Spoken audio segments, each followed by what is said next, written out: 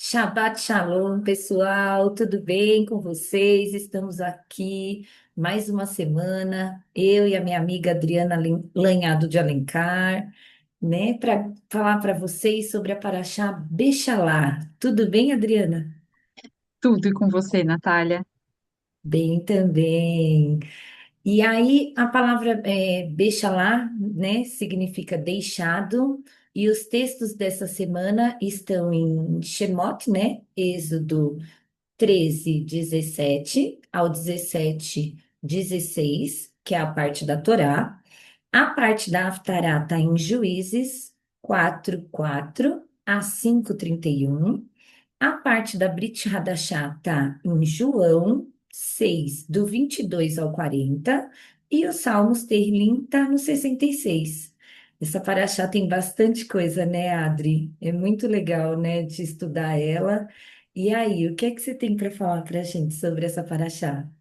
Sim, essa é uma das parashot que eu mais gosto, porque realmente a gente vê aí muitos milagres que Deus faz, e então a gente vai comentar um pouquinho ela, tá? Então, o contexto dessa paraxá foi que finalmente Deus quebrou, né, o coração de Faraó, e o Faraó deixou o povo ir. Finalmente, depois de todas as pragas, né, a última, inclusive, foi morte dos primogênitos, né, e tudo mais. E aí, finalmente, ele liberou o povo.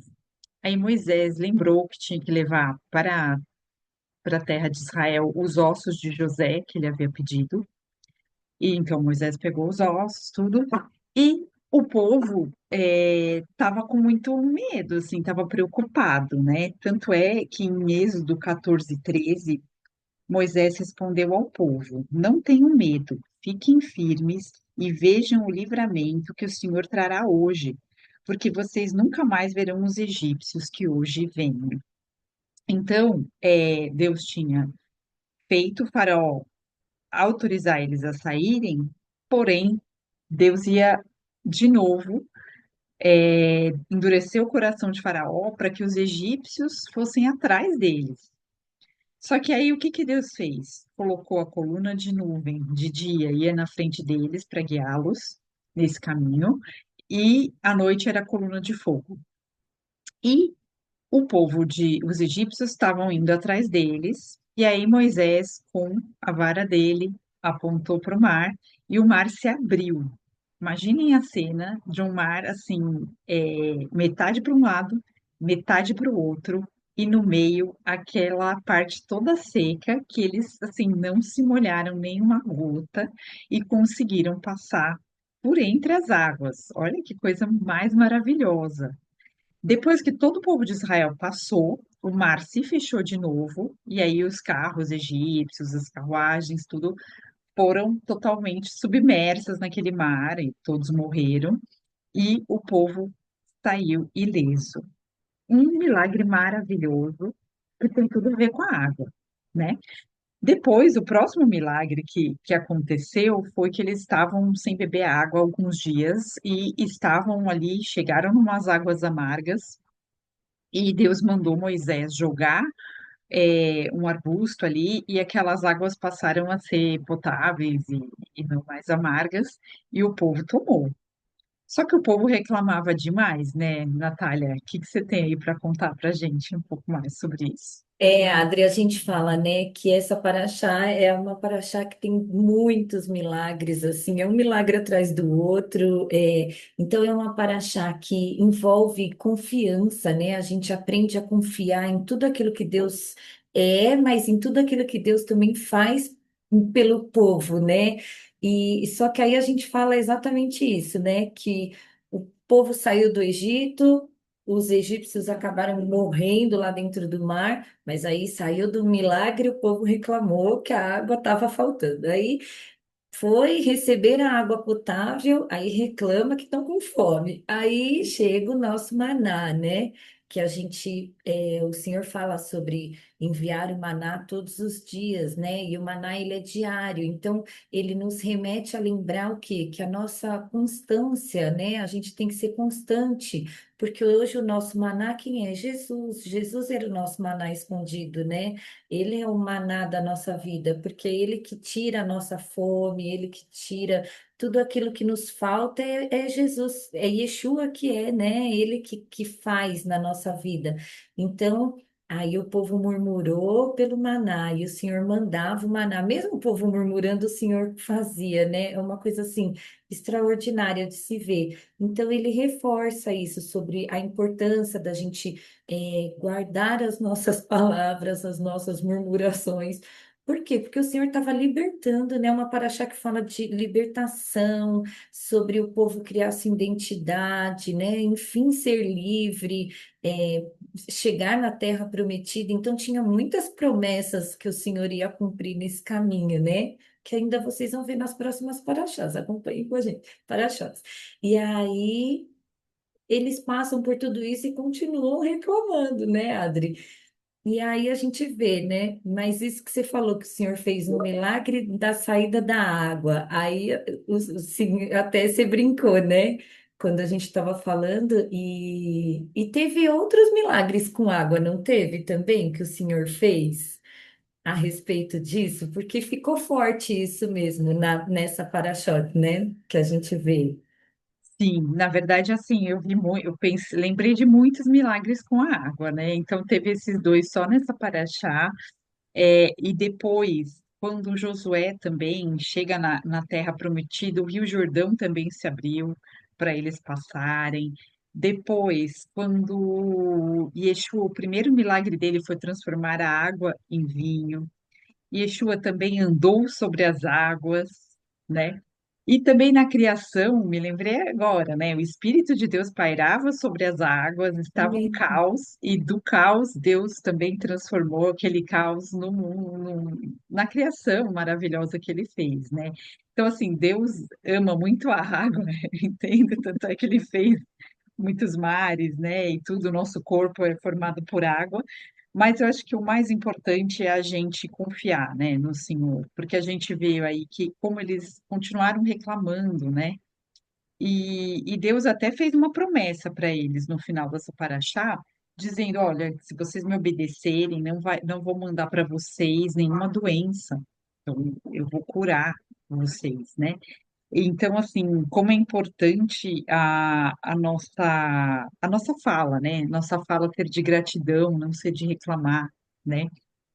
E, e depois na Haftará, a gente vê mais uma vez o livramento do Senhor, né? No 4:14, Débora fala para Baraque, vá, este é o dia que o Senhor entregou Cícera em suas mãos. O Senhor está indo à sua frente. Então, em todas as batalhas, quem ia na frente do povo era o Senhor. O Senhor sempre vai à frente, ou na coluna de nuvem, ou na coluna, aliás, ou na nuvem, ou na coluna de fogo, ou através do seu espírito. Hoje em dia, ele também está conosco em todas as situações, né, de maneira invisível, mas ele está presente nas nossas vidas, né? E eu acho que o mais importante aqui é realmente a gente buscar esse relacionamento com o Senhor, né? Porque, lógico, a gente erra, mas se a gente todo dia ali busca obedecer e depois, quando erra, a gente se arrepende, acho que isso é o principal, né, Natália?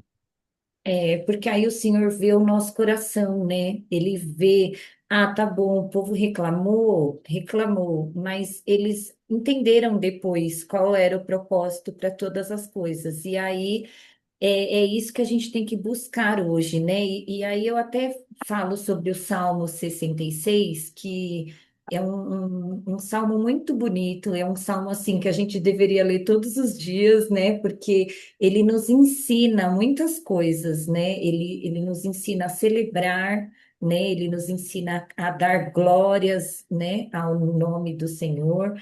Ele nos ensina os cânticos, né, a cantar para o nome do Senhor, né, para a glória do seu nome.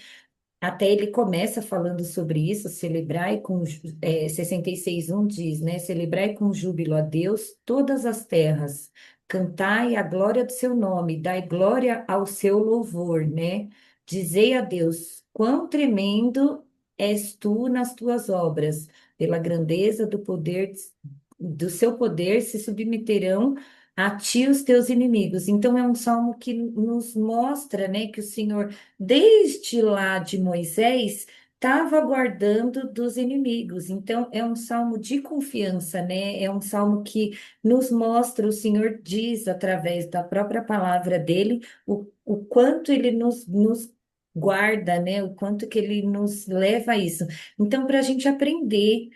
Se posicionar diante de tanta murmuração, né? A gente vem agora começando um novo calendário aqui no Brasil, né? E aí a gente, né, já está num calendário em Israel, mas eu acho que o tempo é indiferente isso, de ser lá um número, aqui outro, mas o Senhor é o mesmo. Então a gente tem que entender que o Senhor nos leva, desde Moisés, a entender que os milagres dele são diários, né? Ele sempre está esperando a gente com o seu poder, com o seu milagre. E aí a gente, ao invés da gente murmurar, por que não a gente confiar no Senhor e agir de forma diferente, né? Tentar entender qual é o plano e o propósito do Senhor para que isso, porque o Senhor não tirou a água deles depois do milagre de abrir o mar para eles ficarem reclamando, e sim para eles reconhecerem, né? Eles confiarem que o Senhor iria tratar com tudo isso. Um senhor que faz uma coluna de fogo não deixa ninguém sem água, né?